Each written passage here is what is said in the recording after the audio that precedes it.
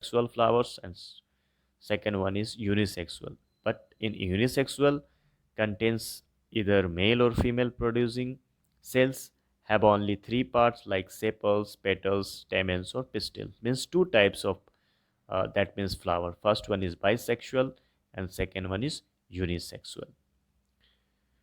So these are the that means parts of the flower like stamen, stalk, budding fruit, female flower and male flower.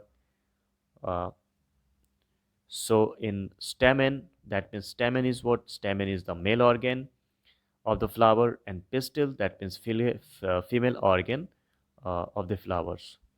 So stamen, that means bear anthers, contain pollen grains which produce male cells or gametes.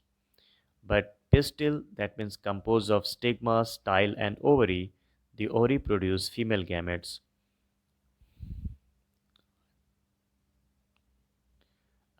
Then mature plant flowers, new plants, pollination, fertilization. This is the total cycle of the reproduction in the plant, like mature plant flowers, then pollination, then fertilization, then fruits, then seeds, and then after that, new plant. First one is mature flowers, second one is pollination, third one is the fertilization, then fruits, then seed, and the last one is the new plant. Pollination. What is pollination? Transfer of pollen grains from anther to the stigma of a flower is known as pollination.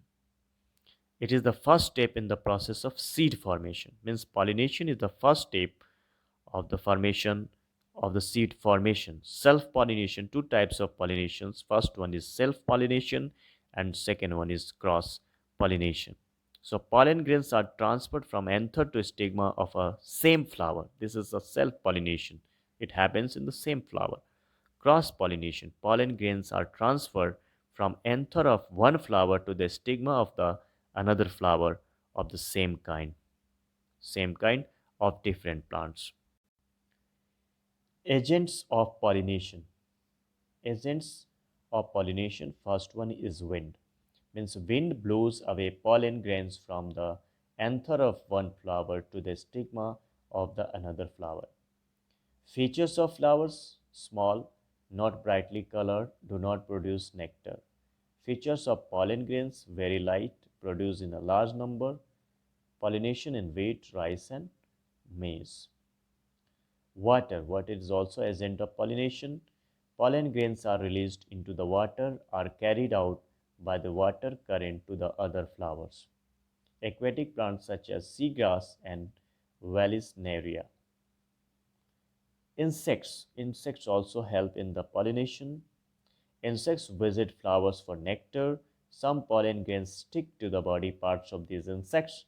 When these insects visit another flower, the pollen grains fall on the stigma.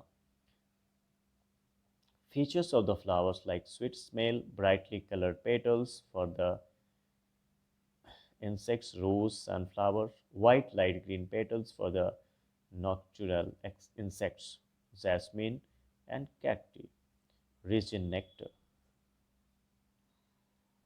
Then fertilization.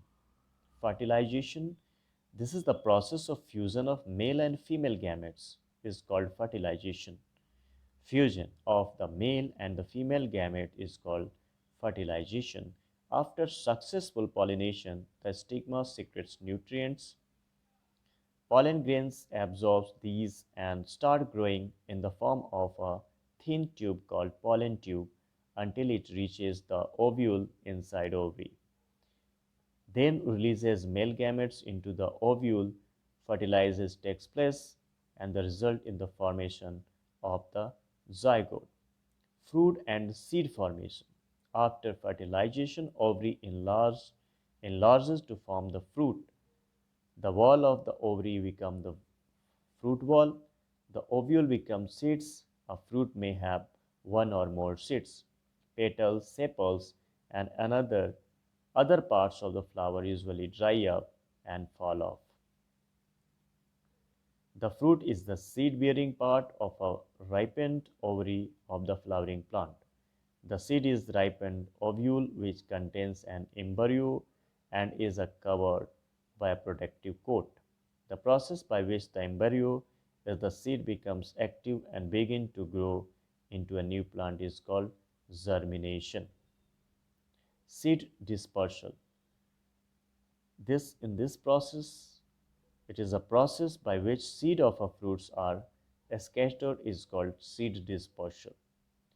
Dispersal takes place by the several mechanisms: dispersal by explosion, dispersal by wind, dispersal by animals.